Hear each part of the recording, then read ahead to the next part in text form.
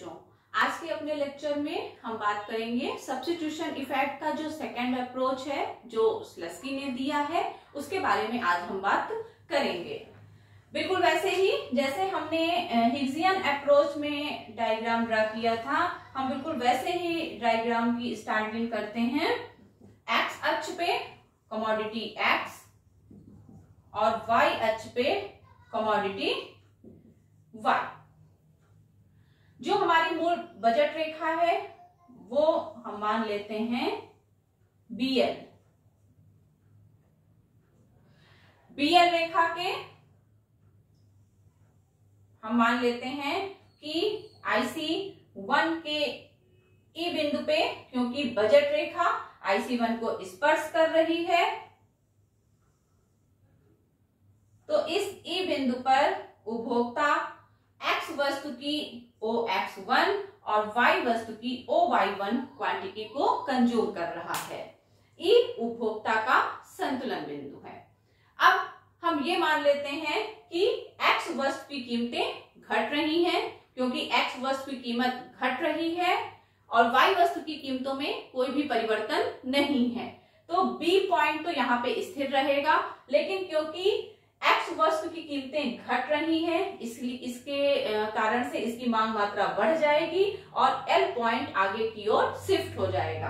तो एक नई बजट रेखा प्रस्तुत हो जाएगी, एक नई रेखा आ जाएगी। हमने मान लिया वो नई बजट रेखा है BL1। जैसे कि हिग्स के अप्रोच में वास्तविक आय जितनी बढ़ जाती है एक्स वस्तु की कीमतों में कमी के कारण, उसको उपभोक्ता से वापस ले लिया जाता है, क्योंकि हमें स्थानापन्न प्रभाव ज्ञात करना होता है। और इस परिवर्तन को हिग्स ने कहा था क्षतिपूरक परिवर्तन। लेकिन बिल्कुल सेम बात के लिए, यानी कि जो ये ये जो घटी हुई कीमतों के कारण उपभोक्ता की वास्तविक आय बढ़ जाएगी या फिर उपभोक्ता की क्रय शक्ति बढ़ रही है, उसको उपभोक्ता से वापस ले लिया जाएगा और BL1 के समानांतर नीचे की ओर एक काल्पनिक रेखा खींची जाएगी, जिसको हिग्स ने कहा था क्षतिपूरक परिवर्तन, लेकिन स्लस्की ने इसके लिए वर्ड यूज किया है लागत अंतर। लागत अंतर, कॉस्ट डिफरेंस,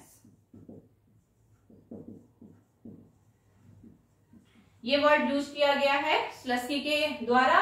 एक नई बजट रेखा BL1 के समानांतर नीचे की ओर हम खींच देंगे।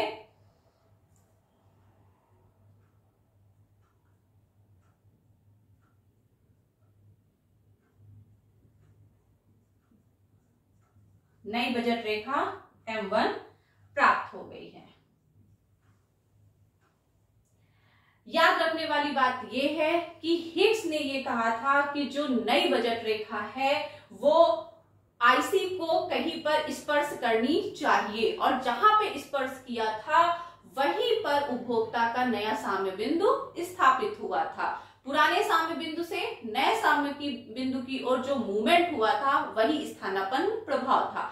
लेकिन स्लस्की का जो स्थानापन्न प्रभाव है ये इसी IC1 पे घटित होने वाली घटना नहीं है। स्लस्की कहते हैं कि जो उपभोक्ता है स्थानापन्न प्रभाव के कारण उसकी संतुष्टि में वृद्धि होगी, यानी कि हम एक नया IC खींचेंगे जो MN को टच करेगा। हम ये मान लेते हैं कि जो नया IC है, अब आप इस IC का शेप भी थोड़ा सा इसी के समानांतर कर सकते हैं, ऐसे कर सकते हैं, और ये नाम आप यहां लिख दीजिए IC1 और ये हो गया IC2। IC2 ने नई बजट रेखा MN को हम मान लेते हैं यहां पे स्पर्श किया है E1 पर। E1 पर X की क्वांटिटी बढ़ के हो जाती है OX2 और Y की क्वांटिटी घट के हो जाती है OY2। इसकी क्वांटिटी बढ़ गई, इसकी घट गई। Y के स्थान पर X का प्रयोग, यही है स्थानापन्न प्रभाव। ये जो नई बजट रेखा खींची गई है, ये जो बजट रेखा कीमत परिवर्तन के कारण BL1 हुई थी, उसके सापेक्ष नीचे की ओर खींची गई है, लेकिन ये IC1 को कहीं पर भी स्पर्श नहीं कर रही है, क्योंकि मूल जो IC1 है उसको नई बजट रेखा स्पर्श नहीं कर रही है, इसको स्पर्श कर रही है IC2 की रेखा। ठीक है, IC2 या IC1 आप एक साथ पहले भी खींच सकते हैं और फिर IC2 को टच करते हुए आप अपनी रेखा MN वाली खींच दीजिए। ठीक है, याद ये रखना है कि जहां पे आपने पहले स्पर्श किया है, जो नया बिंदु है वो उसके नीचे की ओर होना चाहिए। नीचे की ओर होगा E से E1, यानी कि नीचे की ओर कहीं भी होगा, तभी आप x की बढ़ी हुई मात्रा दिखा पाएंगे, और यही है स्थानापन्न प्रभाव। ठीक है, एक बार मैं फिर से इसको समराइज करती हूं। BL मूल बजट रेखा है जिसको IC1 E बिंदु पर स्पर्श कर रहा है। E पर x की क्वांटिटी है OX1, y की क्वांटिटी है OY1। अब हम ये मान लेते हैं कि x की कीमतें घट रही हैं, इसलिए जो मूल बजट रेखा है वो BL1 पर शिफ्ट हो जाएगी। वस्तु की कीमत में कमी के कारण उपभोक्ता की वास्तविक आय या वास्तविक क्रय शक्ति बढ़ जाएगी। इस क्रय शक्ति को हम उपभोक्ता से वापस ले लेते हैं, और ये जो वापस लेने की प्रक्रिया है, ये जितनी हम वापस ले रहे हैं, इस अंतर को स्लेस्की ने लागत अंतर कहा है। ठीक है, ये जो नई बजट रेखा हमें प्राप्त होती है MN, क्योंकि वो IC1 को किसी भी बिंदु पे स्पर्श नहीं करेगी, ये IC2 को जिस बिंदु पर स्पर्श करेगी वही होगा उपभोक्ता का नया साम्य बिंदु। ये जो E से E1 की ओर मूवमेंट है, यही है स्थानापन्न प्रभाव। E to E1, that is substitution effect। दूसरी बात, क्योंकि E1 एक ऊंचे उदासीनता वक्र पर स्थित बिंदु है, इसका मतलब हुआ कि स्थानापन्न प्रभाव के कारण जो उपभोक्ता की संतुष्टि है वो बढ़ जाएगी, क्योंकि IC2 IC1 से ऊपर स्थित है। कई बार ये भी बात पूछी जाती है कि हिग्स के स्थानापन्न प्रभाव और स्लेस्की के स्थानापन्न प्रभाव में क्या अंतर है। तो दोनों डायग्राम्स को ड्रा करने के बाद जो मेन दो अंतर निकल के आते हैं वो ये है कि कीमत में कमी के कारण जो उपभोक्ता की वास्तविक आय बढ़ती है, उसको वापस लेने के लिए हिग्स ने क्षतिपूरक परिवर्तन शब्द का प्रयोग किया है, जबकि स्लेस्की ने लागत अंतर के बराबर इस परिवर्तन को लिया है।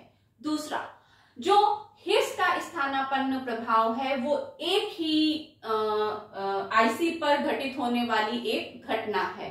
अगर आपने अभी हिग्स वाला वीडियो नहीं देखा है तो पहले आप उसको देखिए, तभी आपको ये बात समझ में आएगी।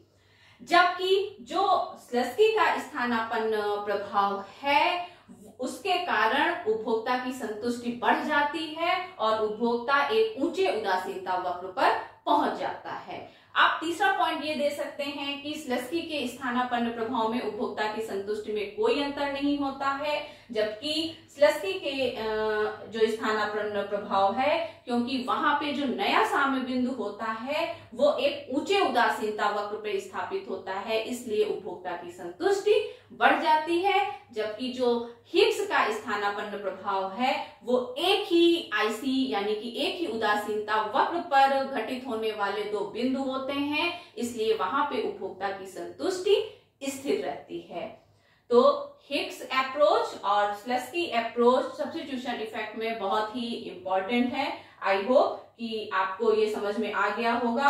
आप यहाँ पे एरो लगा करके यहीं पे आप लिख सकते हैं कि इसको कहा है लागत अंतर। ये डायग्राम तब तक अधूरा रहेगा जब तक जो भी नॉमिनेशंस हैं आप इनको यहीं पे कंप्लीट नहीं करते हैं। जैसे मैंने साइड में लिखा हुआ है वैसे आप भी डायग्राम के बगल में लिखेंगे कि पुराना साम्य बिंदु क्या है, नया साम्य बिंदु क्या है, और स्थानापन्न प्रभाव x के संदर्भ में x1 से x2 हो रहा है, यानी कि x की मात्रा बढ़ रही है। क्यों? क्योंकि x की कीमतें घटी हैं, और क्योंकि x के सापेक्ष y की कीमतें बढ़ी हैं।